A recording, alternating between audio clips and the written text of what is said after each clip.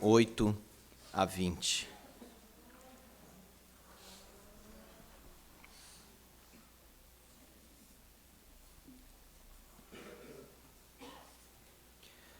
Atos 19, verso 8. Durante 3 meses, Paulo frequentou a sinagoga, onde falava ousadamente, dissertando e persuadindo com respeito ao reino de Deus. Visto que alguns deles se mostravam empedernidos e descrentes, falando mal do caminho diante da multidão, Paulo, apartando-se deles, separou os discípulos, passando a discorrer diariamente na escola de Tirano. Durou isto por espaço de 2 anos, dando ensejo a que todos os habitantes da Ásia ouvissem a palavra do Senhor, tanto judeus como gregos. E Deus, pelas mãos de Paulo, fazia milagres extraordinários, a ponto de levarem aos enfermos lenços e aventais do seu uso pessoal, diante dos quais as enfermidades fugiam das suas vítimas e os espíritos malignos se retiravam. E alguns judeus exorcistas ambulantes tentaram invocar o nome do Senhor Jesus sobre possessos de espíritos malignos, dizendo: "Conjuro-vos por Jesus, a quem Paulo prega." Os que faziam isto eram 7 filhos de um judeu chamado Seva, sumo sacerdote. Mas o espírito maligno lhes respondeu: "Conheço a Jesus e sei quem é Paulo, mas vós, quem sois?" E o possesso do espírito maligno saltou sobre ele, subjugando a todos, e de tal modo prevaleceu contra eles que, desnudos e feridos, fugiram daquela casa. Chegou este fato ao conhecimento de todos, assim judeus como gregos, habitantes de Éfeso. Veio temor sobre todos eles, e o nome do Senhor Jesus era engrandecido. Muitos dos que creram vieram, confessando e denunciando publicamente as suas próprias obras. Também muitos dos que haviam praticado artes mágicas, reunindo seus livros, os queimaram diante de todos. Calculados os seus preços, achou-se que montavam a 50.000 denários. Assim a palavra do Senhor crescia e prevalecia poderosamente. Amém.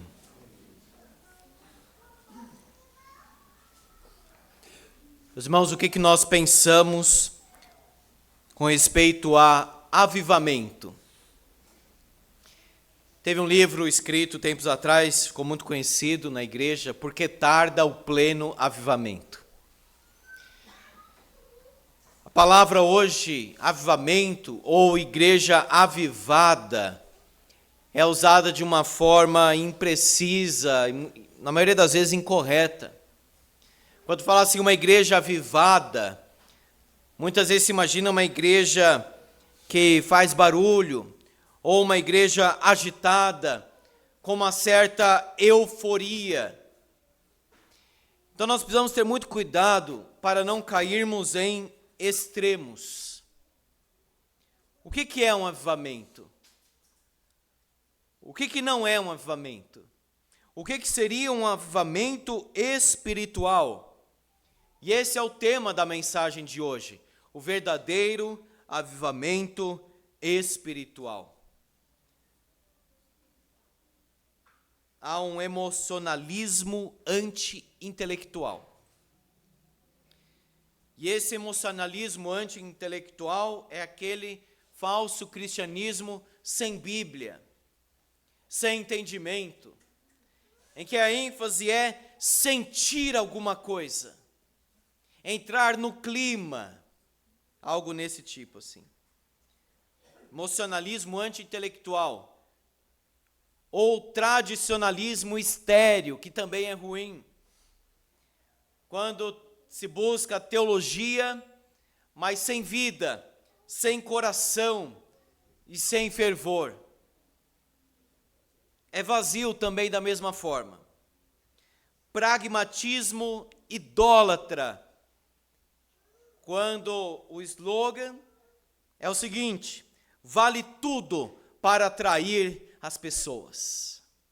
Vamos mudar as coisas para atrair pessoas, para trazer mais gente para a igreja. Vale tudo.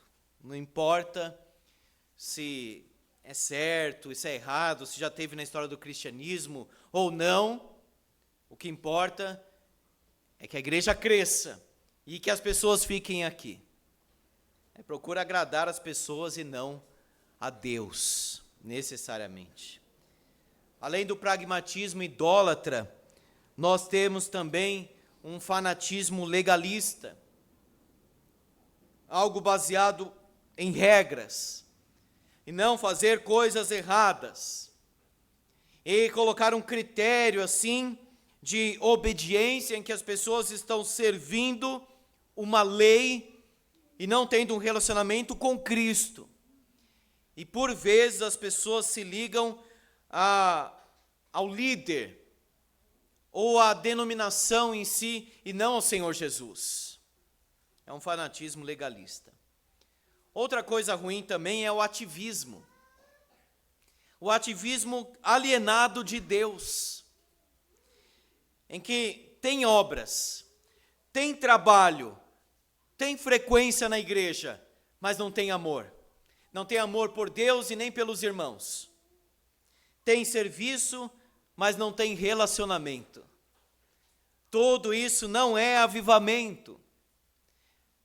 Pode ser um ajuntamento de pessoas, mas não avivamento. Nesse texto e outros do Antigo Testamento, Novo Testamento, na história da igreja, nós aprendemos, meus irmãos, que avivamento é quando a igreja tem vida, quando a igreja tem força, quando a igreja tem espiritualidade, e é uma igreja vibrante, não parada, cheia de amor, onde as pessoas experimentaram a obra da regeneração, um novo coração, e agora elas estão consagradas a Deus. Avivamento é quando nós temos o mover do Espírito Santo, e esse mover do Espírito Santo produz quebrantamento, ou seja, arrependimento, conversão verdadeira, santidade.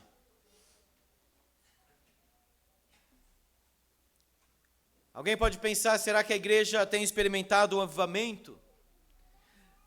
Vamos pensar na nossa própria vida, será que eu experimentei um avivamento espiritual? Será que a minha vida é uma vida cheia do Espírito? Será que eu tenho Deus no meu coração? Será que eu vivo na presença do Senhor Jesus? Não é ser membro de igreja, se já leu a Bíblia 10 ou 30 ou 50 vezes, ou se sabe as coisas, ou se tem frequência, é se tem avivamento, ou seja, vida espiritual na alma, no coração, a vida de Deus na nossa vida. O apóstolo Paulo estava aqui, agora em Éfeso. Nós vimos já no capítulo 19, versículo 1 a 7. Uma cidade agitada, uma cidade muito frequentada, uma cidade idólatra. Nós tínhamos lá a deusa Diana enorme, e um comércio do templo, exorcistas ambulantes, versículo 13, feiticeiros, mágicos, magia, como diz aí o versículo 19. Como que essa cidade, mergulhada nas trevas, poderá experimentar um verdadeiro avivamento dos céus? Meus irmãos, esse é o ponto da igreja. Este é o caminho da transformação, quando o Espírito Santo opera nos corações, na vida. Não é o homem que faz, é Deus que opera. Quando acontece o verdadeiro avivamento? Primeiro, o verdadeiro avivamento envolve a pregação de um homem de Deus. Não existe avivamento sem pregação da palavra genuína. E a pregação da palavra, poderosa para persuadir, versículo 8. Paulo falava ousadamente, dissertando, persuadindo com respeito ao reino de Deus. Se o assunto for outro, o avivamento não é derramado. A vida de Deus não desce sobre o coração das pessoas. Elas não experimentam uma transformação, porque Deus tem um compromisso com a sua palavra. Poderosa para persuadir. Segundo, dinâmica para testemunhar. Olha só, alguns se demonstraram céticos, duros de coração, empedernidos, é isso que significa, descrentes, falaram mal do caminho, pessoa que atrapalha o trabalho, que é contra o trabalho, que é contrário à pregação. Paulo se apartou deles, eles ouviram, então eles já são responsáveis. Nós, irmãos, já ouvimos a palavra de Deus, nós já somos responsáveis diante de Deus. Paulo então se aparta, e ele começa a discorrer diariamente na escola de Tirano. Versículo 9. Era um edifício de ensino. E há algum registro que Paulo alugou um período nessa escola. Era o período menos frequentado, por causa do calor do dia. E nesse tempo, era o tempo que Paulo ensinava. Mas isso não está na Bíblia, é registro histórico, nunca se tem certeza assim dessas coisas. Mas o fato é que ele passou a discorrer diariamente na escola de Tirano. Olha como ele era dinâmico. Ele prega para um grupo, sinagoga, depois ele vai para outro lugar e começa a discorrer nessa escola. São pessoas letradas, são intelectuais, são pessoas interessadas. Então Paulo vai pregando com poder a palavra, porque é um homem de oração, é um homem que tem amor pelas pessoas, pelas almas perdidas, tem disposição para pregar. Sabe por quê? Paulo não pertence a ele mesmo mais. Quando Deus chama um homem para o ministério da palavra, a vida não pertence mais a essa pessoa, ele é do Senhor. Então Paulo se gasta pelo reino de Deus, porque a vida dele não lhe pertence mais. Mas a pregação de Paulo também era, meus irmãos, paciente. Durou isto por espaço de 2 anos. Nós escolhemos segundo a vontade de Deus. Deus espera de nós fidelidade. Se vai ser em uma semana, um mês, 1 ano, 2 anos, 5 anos, 10 anos. Ele mesmo disse, o que Deus requer de cada dispenseiro é que seja encontrado fiel. Nós pregamos, é Deus que converte. Nós pregamos e rogamos para o Senhor agir nos corações e realizar a obra. Veja, a pregação é poderosa, é dinâmica, mas também é paciente. Por outro lado, ela também é abrangente, ou seja, estratégica. Olha o versículo 10, dando ensejo a que todos os habitantes da Ásia ouvissem a palavra do Senhor, tanto judeus como gregos. Aí alguém diz assim, se ele está em Éfeso, como que tem a oportunidade, a ocasião de todos os habitantes da Ásia ouvirem a palavra do Senhor? Se ele prega numa cidade, como que toda a Ásia ouve a palavra do Senhor? Meus irmãos, a cidade de Éfeso era muito frequentada. Preste atenção na citação que eu vou trazer aqui. Todas as estradas da Ásia convergiam para Éfeso. Isso é uma estratégia. A partir de Éfeso, a palavra era espalhada por toda a Ásia. Quem ouvia em Éfeso levava para a sua casa e para a sua cidade. E tinha um fluxo de gente assim muito grande, muito contínuo. Todas as estradas da Ásia convergiam para Éfeso.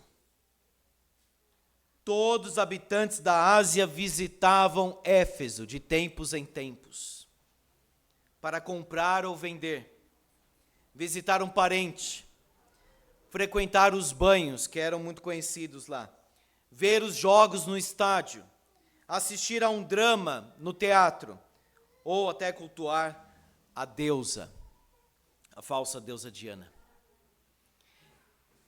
Paulo está então numa cidade muito agitada, muito frequentada, que as pessoas passavam e voltavam constantemente. E nós, irmãos, moramos aqui nessa cidade de São Paulo. Nós temos contato com pessoas assim o tempo todo. Nós deveríamos também aproveitar as oportunidades para pregar o Evangelho, porque 1000 pessoas passam no nosso caminho diariamente. Paulo não perdeu a oportunidade, e as pessoas ouviam em Éfeso e voltavam para suas casas para espalhar o Evangelho. A missão de espalhar a chama que Deus acende no coração. Quando cada casa de crente é um ponto de evangelização. Quando cada crente se torna um evangelista. A pregação também era confirmada por Deus. O verdadeiro avivamento envolve a pregação de um homem de Deus, e essa pregação era confirmada. Deus fazia milagres extraordinários. As pessoas levavam lenços e aventais, e as enfermidades fugiam das suas vítimas, e espíritos malignos se retiravam. Meus irmãos, Deus aqui foi condescendente. Essa é a melhor palavra para explicar o que acontece aqui. Com homens, com pessoas que ainda não têm maturidade espiritual. Então Deus confirmava a mensagem de Paulo e o ministério de Paulo através destes milagres. Agora, quando você lê a carta de Paulo aos Efésios, que são esses aqui, quando você lê a carta que Jesus endereçou à igreja de Éfeso, através do anjo de Éfeso, não tem mais essas coisas ou esta ênfase. Foi algo circunstancial e pontual, tanto que a ênfase não é as mãos de Paulo. A ênfase é Deus, pelas mãos de Paulo, fazia milagres extraordinários. Então não tem o menor sentido hoje, ou no nosso contexto, comprar lenço ungido, buscar em alguma igreja e dar dinheiro para comprar sal de Israel, ou água do Jordão para ser batizado. Se eu for batizado com essa água do Jordão, aí o batismo vai ser mais forte. Ou coisas desta espécie que não fazem a menor diferença de nada. A pessoa só está perdendo dinheiro e sendo enganada. Toda essa ênfase, meus irmãos, evangélica, moderna, de colocar uma faixinha na testa, escrito Jesus, aí Jesus vai entrar nos seus pensamentos, e tantas outras coisas, tomar banho com isso ou com aquilo. Meus irmãos, isso não vai adiantar absolutamente nada. Nós precisamos do Espírito Santo no nosso coração. Nós precisamos ler a palavra e não colocar um copo de água assim em cima da televisão. Orei, agora eu tomo esse copo d'água, estou curado, estou resolvido, meus problemas acabaram. Meus irmãos, se fosse assim era muito fácil, não é? A vida é assim? Não, não é. Chegaram ao absurdo de dizer o seguinte: olha, vai lá no caixa, faz uma oração, unge ali, daqui a pouco você não tem conta para pagar mais.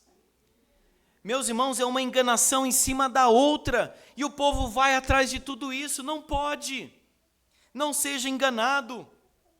Não ouça mercenário da fé, pessoa que deseja lucro, igreja falsa que não tem o verdadeiro interesse de glorificar a Jesus e de pregar a palavra de Deus. E usam esses textos aí fora de contexto, que aconteceu numa circunstância ali muito específica, e ficam enfatizando: compra isso, compra essa meia, compra lenço, compra camiseta, em preços assim absurdos, R$100, R$1.000, e está lá o povo sem dinheiro comprando aquilo. Amados irmãos, nós precisamos de Deus na nossa vida. Deus estava confirmando ali a obra de Paulo, a mensagem de Paulo. E olha como sempre dá confusão essas coisas. Alguns observaram isso, essas coisas eu digo enfatizar demais, o sinal e não a Deus. Então as pessoas já começam a confundir.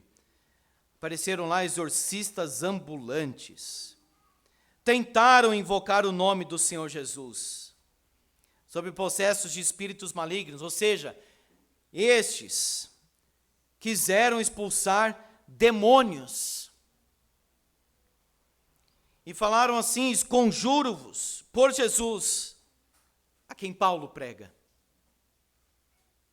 Ou seja, eles estavam expulsando demônios, ou tentando, eles estavam ordenando que os demônios saíssem, invocando o nome de Jesus como se fosse assim uma coisa mágica, um amuleto, como era comum na cidade de Éfeso. Irmãos, vamos tomar cuidado com algumas coisas que nós falamos. Em nome de Jesus vai acontecer. Será que a gente pode falar assim? E se Deus não quiser que aconteça, eu estou usando o nome de Jesus assim para qualquer coisa? Se Deus quiser, e Ele quer, a pessoa fala. Será que a gente pode falar assim, irmãos, à toa? Não vai acontecer porque não há impossíveis para Deus. Em nome de Jesus, a quem Paulo prega, sai. E olha só, meus irmãos, conheço a Jesus e sei quem é Paulo, mas vós quem sois? Você conhece o Deus de Paulo? Você conhece o Deus da sua mãe? Eu estou querendo dizer o seguinte: será que você tem individualmente, de uma forma pessoal, o conhecimento de Deus?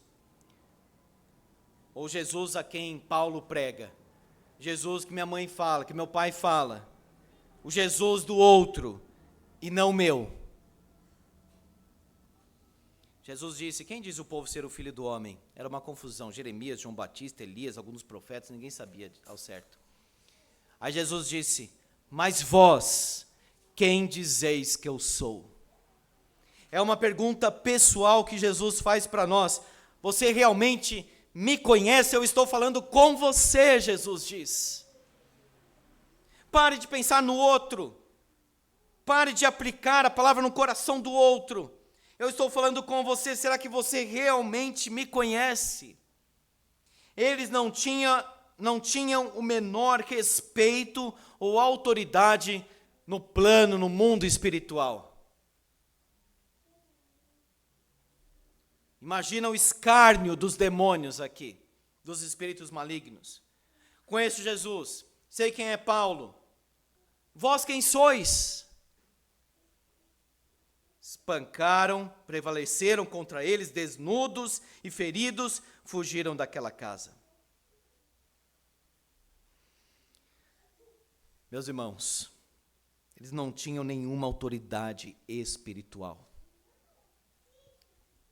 Eles tentaram invocar o nome de Jesus, falando em nome de Jesus. Eles ouviram falar Paulo, alguma coisa, e quiseram usar isso como se fosse um slogan, um chavão, uma coisa assim. E nós, será que nós temos autoridade espiritual? Ou será que nós passaríamos uma certa vergonha em algum enfrentamento espiritual? Mas, pastor, algo assim poderia acontecer? Claro que sim. Há muitos excessos e loucuras hoje. Mas é claro, meus irmãos, que há esse plano espiritual, essa ordem espiritual, e se o cristão não se fortalecer, ele estará exposto a isso, e não vai conseguir vencer.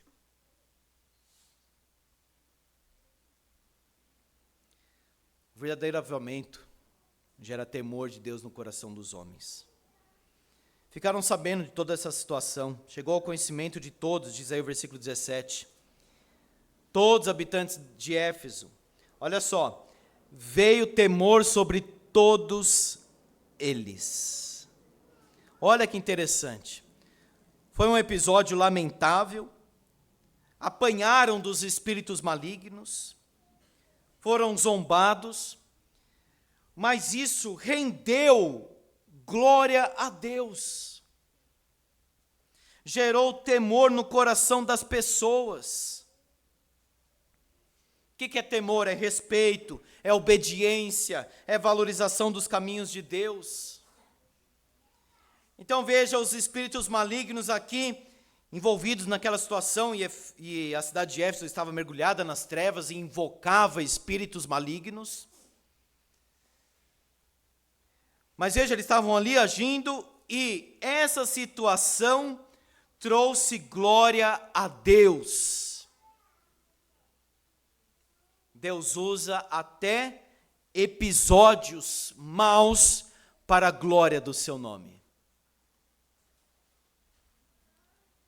Satanás queria acabar com Jó, mas Deus usou a ação de Satanás para aperfeiçoar Jó.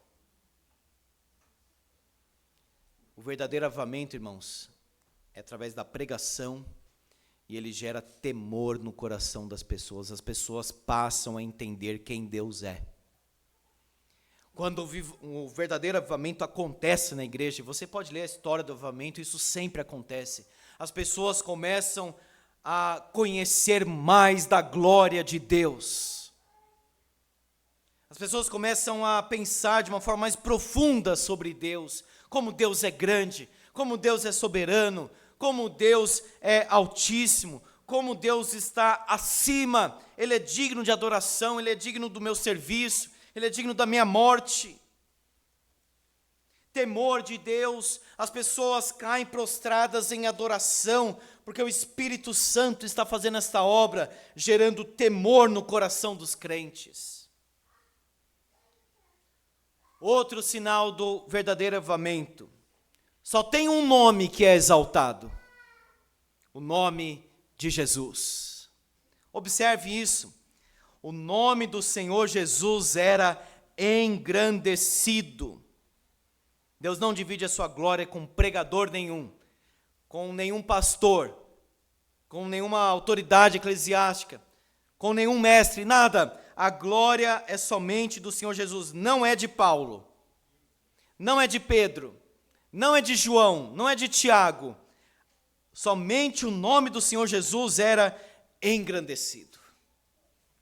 Deus não opera com rivais, com gente que fala de si para si. A obra de Deus não busca glória, a verdadeira obra de Deus não busca glória humana. A obra de Deus verdadeira e o verdadeiro ministro da palavra só tem uma preocupação: exaltar Jesus Cristo, glorificar Jesus Cristo, exaltar o nome do Senhor Jesus. Ele sim é digno. Ninguém mais, só Ele. Todo mundo é pecador, igual. Todos carecem da mesma graça e da mesma salvação. Só o nome do Senhor Jesus era engrandecido. Somente Ele. Certa vez uma pessoa parou e se ajoelhou diante de Lutero, ele levantou a pessoa e disse assim: para que eu não sou santo nenhum, eu sou pior que você. Nós precisamos, irmãos, reconhecer a glória de Deus, isso causa temor. Nós precisamos reconhecer o nosso próprio coração pecador, miserável, indigno, e aí nós poderemos dizer: Senhor Jesus, toda a glória pertence só a Ti, só para o Senhor toda a glória.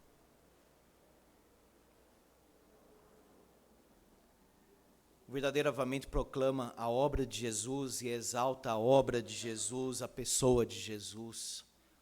Os cânticos são sobre Cristo, as orações estão falando sobre Jesus, a educação no lar é sobre Jesus, Jesus, Jesus, vai evangelizar, é Jesus Cristo. Pensa em Jesus Cristo, fala de Jesus Cristo, reflete Jesus Cristo, aí tem avivamento. Aí tem avivamento. Em último lugar, o avivamento traz confissão de pecados. Se não tem isso, não aconteceu nenhum avivamento. Olha só, muitos dos que creram vieram confessando, assumindo e denunciando publicamente as suas obras. Também muitos dos que haviam praticado artes mágicas, reunindo seus livros, os queimaram diante de todos. Calculados seus preços, achou-se que montavam a 50.000 denários. Tinha uns livros lá de magia, eram chamados de as cartas de Éfeso. Magia, feitiçaria, eu não vou ficar falando dessas coisas aqui, mas tinha muito. Precisa tomar cuidado com essas coisas. Tem gente que acha que é uma brincadeira, vamos ver se funciona, não mexe com isso não. Não assiste filme disso não. Não aprova essas coisas não. É das trevas isso. E eles, meus irmãos, foi um momento aqui extraordinário, olha só, eles trouxeram estes livros. Nós fizemos tudo isso que Deus abomina. E agora nós queremos deixar estas coisas. Queimaram 50.000 denários, mais ou menos, pelo menos em Israel, o denário era o salário de um dia. 50.000 denários, foi muito mais do que um dia, a proporção, queimaram. Mas quando nós queremos abandonar o pecado, nós não calculamos o preço. Quando nós, eu vou repetir para você fixar. Quando nós queremos abandonar o pecado, nós não calculamos o preço. Aqueles CDs de rock que invocam demônios, letras agressivas, horríveis, quebra tudo aquilo, não é para vender, para passar para outra pessoa, não, quebra tudo aquilo, joga fora. Não, mas eu acho que eu tinha aqui talvez 10.000 reais, joga tudo fora, aquilo não vale nada. Ah, mas esse relacionamento não está agradando a Deus, então termina. Ah, mas eu estou tão ligado a isso aqui, eu sei que Deus não aprova, tal, não acaba com isso. Imagina se eles pensarem assim, não, vamos vender isso aqui, a gente vai ofertar para missões com o dinheiro que arrecadar. Não, vamos queimar em praça. Imagina essa cena. Queimaram diante de todos. Foi algo visível que eles fizeram. Público. Prático. Vamos abandonar esse pecado. Vamos abandonar esses sites da internet. Vamos abandonar esse jeito de falar. Vamos abandonar essa vida. Vamos abandonar isso que não agrada a Deus. Não importa o preço.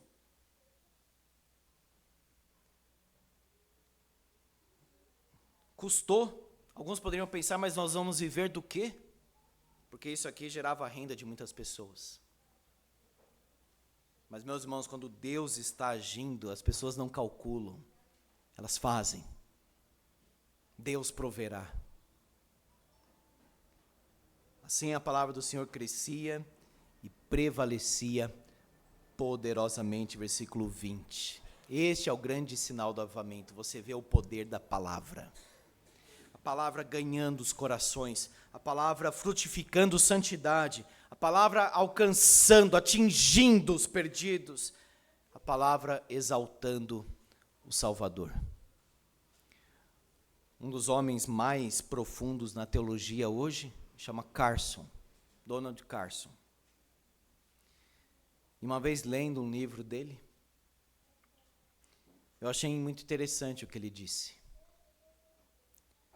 O interesse de Deus não é tanto que dominemos a palavra, mas que sejamos dominados por ela.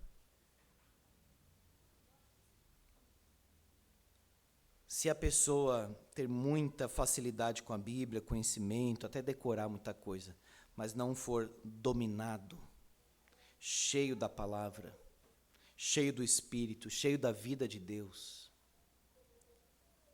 isso só condena ainda mais essa pessoa. A pergunta dessa noite que Deus faz para todos nós é: eu já experimentei um avivamento espiritual? Eu tenho pregado a palavra de Deus?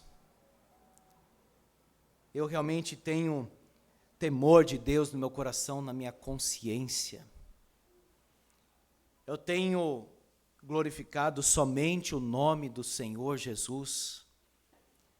Eu já abandonei os pecados da minha vida? Eu já abandonei aquilo que Deus abomina? A palavra de Deus está crescendo no meu coração e prevalecendo poderosamente. Que Deus nos ajude. Amém. Vamos orar.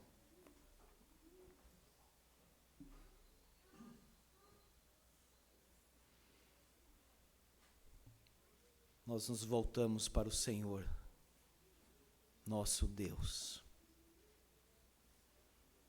Tua palavra é viva, Senhor. Tua palavra é fogo. Tua palavra é martelo que esmiuça e quebra o mais duro coração. Cria em nós, ó Deus, um coração novo, puro. Coloca em nós um espírito inabalável, Senhor. Coloca temor de Deus na nossa consciência, Pai. Que o nome de Jesus seja glorificado através da nossa vida, porque é o que importa mesmo. Que a Tua palavra, Senhor, prevaleça na vida da igreja, nos nossos corações. Ajuda-nos a abandonar o pecado, Senhor. Esse pecado que está grudado, encostado em nós, que tenazmente assedia, como diz a Tua palavra. Que possamos cortar, Senhor, deixar, largar isso. Ó Deus, transforma a nossa vida. Derrama, Senhor, este avivamento que nós temos clamado ao Senhor.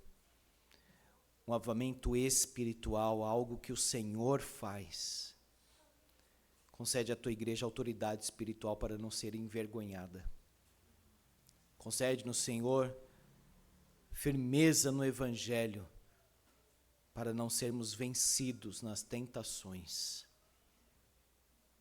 Age, Senhor.